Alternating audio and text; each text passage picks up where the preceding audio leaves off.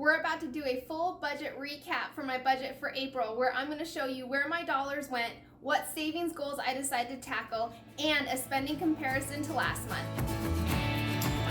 I try sharing my story to remind readers that there is a way out, that with hard work, dedication, determination, motivation, it's all about having a plan for your money, and that's what gives you the true control. Holy crap, it just changed my life. You're like, oh man, Nico, it takes time, it takes dedication, it takes work, but no more credit card debt.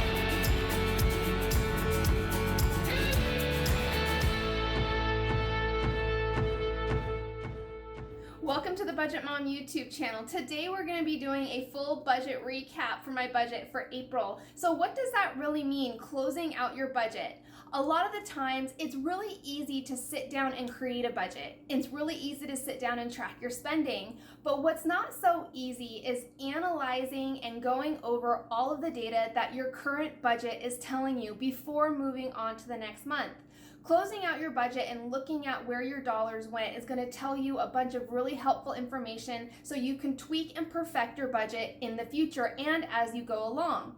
It's really hard to make your budget realistic and to make it truly work for you if you're not looking at what's not going right, and you can't do that unless you start analyzing your numbers. So I use 3 different worksheets when I close out my budget. I call them Where Did My Money Go worksheets, and those are the 3 worksheets we're going to be going over today. I'm also going to be showing you my unique way of categorizing and tracking my spending.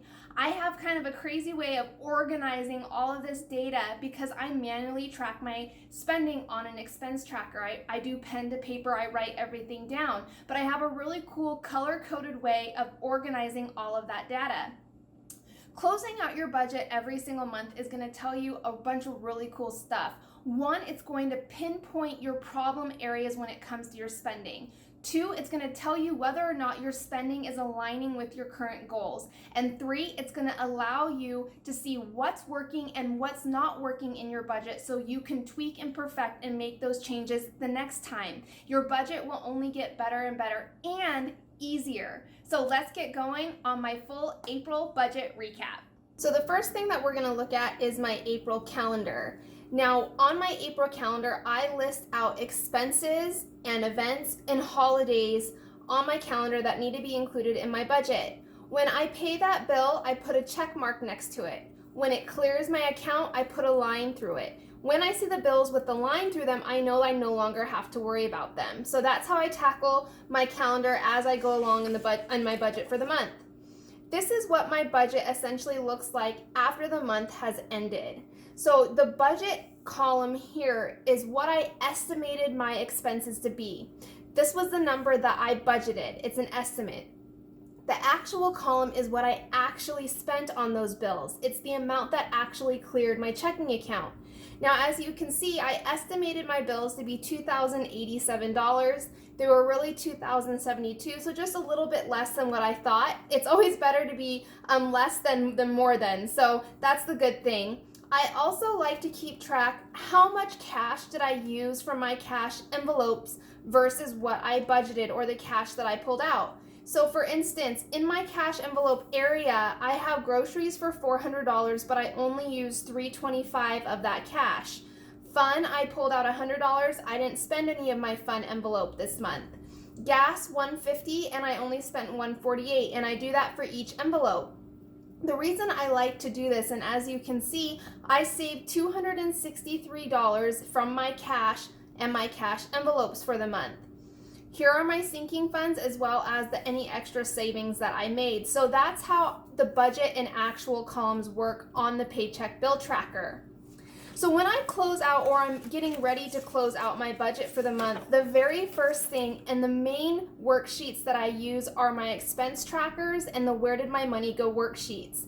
As you can see, I use the highlighter method for tracking my expenses. I have 2 expense trackers, one for my cash spending and one for my checking account. I go ahead and I highlight like items with colors, highlighters, and then I go ahead and tally up my spending at the top for those categories. Now, for example, all of my food purchases are in this light blue color. All of my gas or car maintenance expenses are in this purple color. All of my miscellaneous spending is in this yellow color. This makes it very easy for you to see, one, where is your money going? And as you can see from the month of April, a lot of it's light blue, which means I didn't do any meal planning for April, so we did eat out quite a bit. We were still able to stay under budget, but it also allows you to create budget categories based on what you're truly spending. That is why, and one of the biggest reasons why budgets fail. People go ahead and they start budgeting and they're using categories they think that they're using. They think their money is going those places, but in reality, it's really going somewhere else. Or maybe you're just not quite sure what budget categories you should use for your budget. Your spending is going to tell you those answers. Because once you start highlighting like categories or like transactions, you can go ahead and start organizing your spending at the top. Now, when I'm done filling out an expense tracker, I tally it up at the top here, and I do the same thing with my checking account. When I'm closing out my budget, I use the totals from both the cash expense tracker and the checking account expense tracker. These expense trackers is essentially my Bible when I'm closing out my budget. Your spending is going to tell you so much about your income and your finances, so much more than you ever thought. So this is what I use to create and start working on my Where Did My Money Go worksheets. Now, on my monthly budget category breakdown, it's essentially a worksheet to have you add up all of your spending from your cash expense tracker and your checking account expense tracker all on one worksheet. It also gives you the ability to write out your income. Now, when I close out my budget, I don't just use earned income.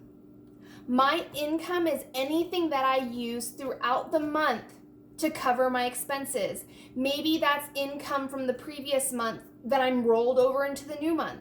Maybe it's savings that I transferred from my savings to my checking account to pay for a vacation or to pay for an expense. So it includes all sources of income, not just earned income. Now, my income from April may seem very, very high. My total monthly income for April was $11,432, but that is not all earned income. Some of it's my starting balance. I came into the month of April with $1,440 from March. My boyfriend gave me money to pay for some of the bills, to pay half the bills because we do our finances separately, so that's income. I also transferred $2,600 from my house savings account at my credit union. I put it into my checking account and I wrote a check to my investment account. So savings getting put into my checking account is income. Having that check clear when it hits my investment account is an expense. So that's income. As well as the main reason it seems so high is I am leaving for New York tomorrow and I wanted to make sure that all of my finances were taken care of before I left, which means that for the month of April, I deposited my May income. So usually I get paid on the 1st of every month, but to prepare for my trip and being away from home, I deposited my May paycheck, my May 1st paycheck on April 30th, and I counted it as April income.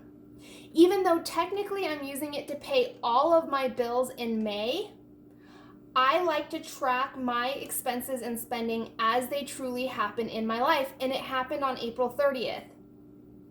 So as you can see on my expense tracker, here is me depositing my paycheck on April 30th, as well as me cashing out my envelopes. Now, one of the things that most people have a hard time with is, and what throws off your expense trackers is when you pull out cash from your checking account for your cash envelopes. If you are tracking your expenses like I am, you have one for your checking account and one for your cash spending. When you pull out money for your envelopes, you want to write that down on your checking account because it affected your checking account balance. but you don't want to count that as an expense when you close out your budget, and here is why. If you counted pulling out the cash as an expense on your checking account expense tracker, and then also started tracking your cash spending with the same money, you're going to be double tracking. One on your expense tracker for your checking account, and then all of the cash spending you're doing with that cash on your cash expense tracker. So I just put a line through it and I put don't count. That just reminds me, hey Miko, don't count that when you're closing out your budget. Now, a lot of the time people, when they hear this, when they see this, they think it's very, very overwhelming. That's too much work. That's too confusing. That's too time consuming. I have a couple of different answers for those comments. One, how bad do you want it?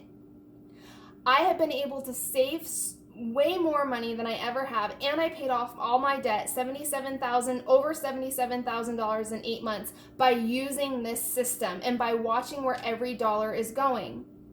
If you're jumping into budgeting without being aware of what your finances, spending, and income looks like, you have to do this step or your budget is not going to be realistic. Is it going to take time? Yes. Is it going to take work? Yes, but it's worth it. Once you get into the system and your method, it gets a lot easier and a lot less time consuming. So just stick with me throughout this process. So when I am writing down my monthly budget category breakdown, now your income is your starting balance plus any incoming income that happens in the month, whether that be in your checking account or you receive income in cash. Food, I also like to assign monthly budgets for all of my categories. So for instance, let's say you get paid 2 times a month. You pull out $100 for your first paycheck and another $100 your second paycheck for food. That means your total monthly budget for food is $200. I do the same thing with all of my budget categories. I like to have a monthly budget, one that works within my income for the entire month, here in this column. And then right here in the monthly spent area, I wrote down what I actually spent in those categories. If it's in black here, it means I underspent or I am less than my budget limit for that category. If it's pink, I overspent or I went over my monthly budget.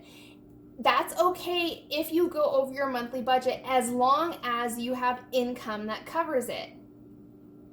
So for instance, I had $11,432. All of my expenses added up to $11,432. So I was right there. This is what closing out your budget looks like. When your income minus your expenses equals 0, you're making sure that every dollar of your income has a plan. Now, my biggest expense for the month of April was savings.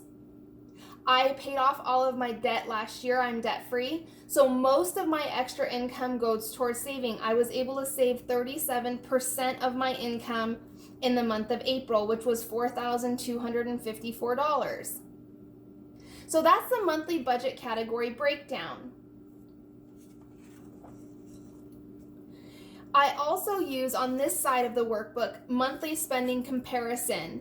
This allows me to compare my spending from last month to this month. It also allows you to write down if you had any income change. Did your income increase compared to last month or did it decrease? And here's why that's important.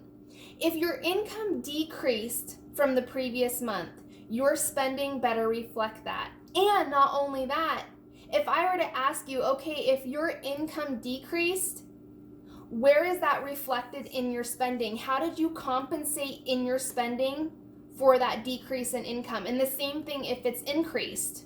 So for me, because I deposited my May 1st paycheck in April, I had a $4,436 increase for the month of April because of an extra paycheck that I put in there that's technically for May, as well as I put in what I don't normally do, but I moved money from my house savings account into my checking account. And then I wrote a check for my investment account. That savings also was due, caused the increase. So in April, now if it's in black over here, it means I spent more money than I did the previous month. If it's in pink, I spent less money than the previous month. So food, I spent $32 more. And for my insurance, now insurance was kind of a weird thing for me. My laptop was stolen in February, and I had to get a new bank account. And during that whole transition, I forgot to update my payment information with my medical insurance. And so my March insurance came out in the beginning of April. So it was technically showing up twice in April, but that was just a one-time thing.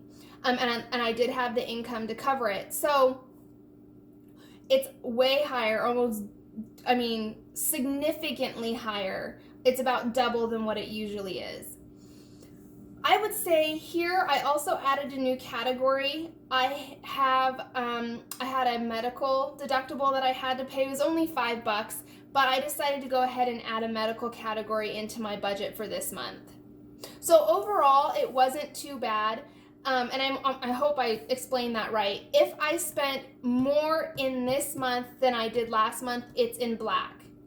If I spent less this month than I did last month, it's in red. I might have flipped it when I said it earlier, but that's how I use the monthly spending comparison.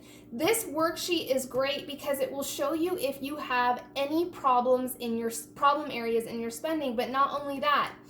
If you are like me and you set goals for yourself, I always like to create little challenges for myself. So maybe one of my challenges, for example, would be, I want to save $100 on food this month. I want to cut my food budget by $100. This monthly spending comparison is going to show you that. So you would look at, okay, I'm going to spend $100 than I did last month. That's your challenge. You're going to be able to tell that using this worksheet. And I set little challenges for myself like that all the time. The other worksheet that I want to show you is my monthly debt and savings breakdown. The monthly debt and savings breakdown is a wonderful worksheet to determine if your spending is aligning with your goals. Now, I am debt free, but you would fill out the debt area the same as the savings area, and I'll show you that very quickly. So my total monthly income was $11,432. I saved a total of $4,254. It's wonderful to know how much money you saved throughout the month, but it's even more important to know what are you saving for specifically. This gives you a clear view exactly what your goals are, and the one way to tackle your goals the best is to go ahead and prioritize your goals, because that way you're not randomly just throwing money into your savings account. You have a step-by-step plan. Now for me, I have multiple things that I'm saving for. And one of the things that's not showing up on this worksheet is my car maintenance fund. I forgot to transfer. I do an online transfer from my checking account to my car maintenance fund every month, and I just forgot to do it. So I'm going to be making that up for that in the next couple of months. But I have my house savings, my 529 college savings plan for my son James, and then my sinking funds, which are saving for holidays and events that are happening in the future. So when those pop up, I'm not pressured to use my credit card, for example, like Christmas. I have the cash already set aside. But as you can see on this worksheet, it clearly shows you what my priority is. 88% of the money that I saved in April went towards my house savings. I'm currently on a savings journey to pay my first house with cash, and so that is clearly my number one goal. Then it's my sinking funds, preparing myself for the future, and then my son's college savings. I do $100 a month to that investment account for him. So this worksheet is wonderful, like I said, to make sure your spending and where your dollars are going is aligning with your goals. If you have debt, you would do it the same way. You would write down all your different types of debt. So it's nice to know how much debt you paid off for the entire month, but it's even more helpful to know what debt are you tackling. What are your priority debts that you're paying off? Maybe it's a high interest credit card. Maybe it's your student loans. So you would write, maybe credit card number 1, 2, 3, home loan, car loan, student loans. Maybe you have multiple student loans. You would write those specifics out here in the debt categories. How much debt you paid off in the total area for the month for that specific debt. And then you can figure out your percentage for each debt that you're paying. So those are the 3 Where Did My Money Go worksheets. Let me quickly show you my trackers. So these are the trackers that I use every single month to track my savings and or debt goals. Now, one of those is my sinking funds savings tracker, and I showed you this worksheet in my May budget overview on YouTube. So if you want to see how this sinking funds savings tracker works, make sure to check out that video. But I like to color in. This is a visual of all of my sinking funds. So all of my holidays and events that I'm saving for. Valentine's, 4th of July, my boyfriend's birthday, my son's birthday, Christmas, and back to school. This is just a quick visual for me to see very quickly where I am in my savings goals, how much I've done and how much I have left to go. So I color that in every single month.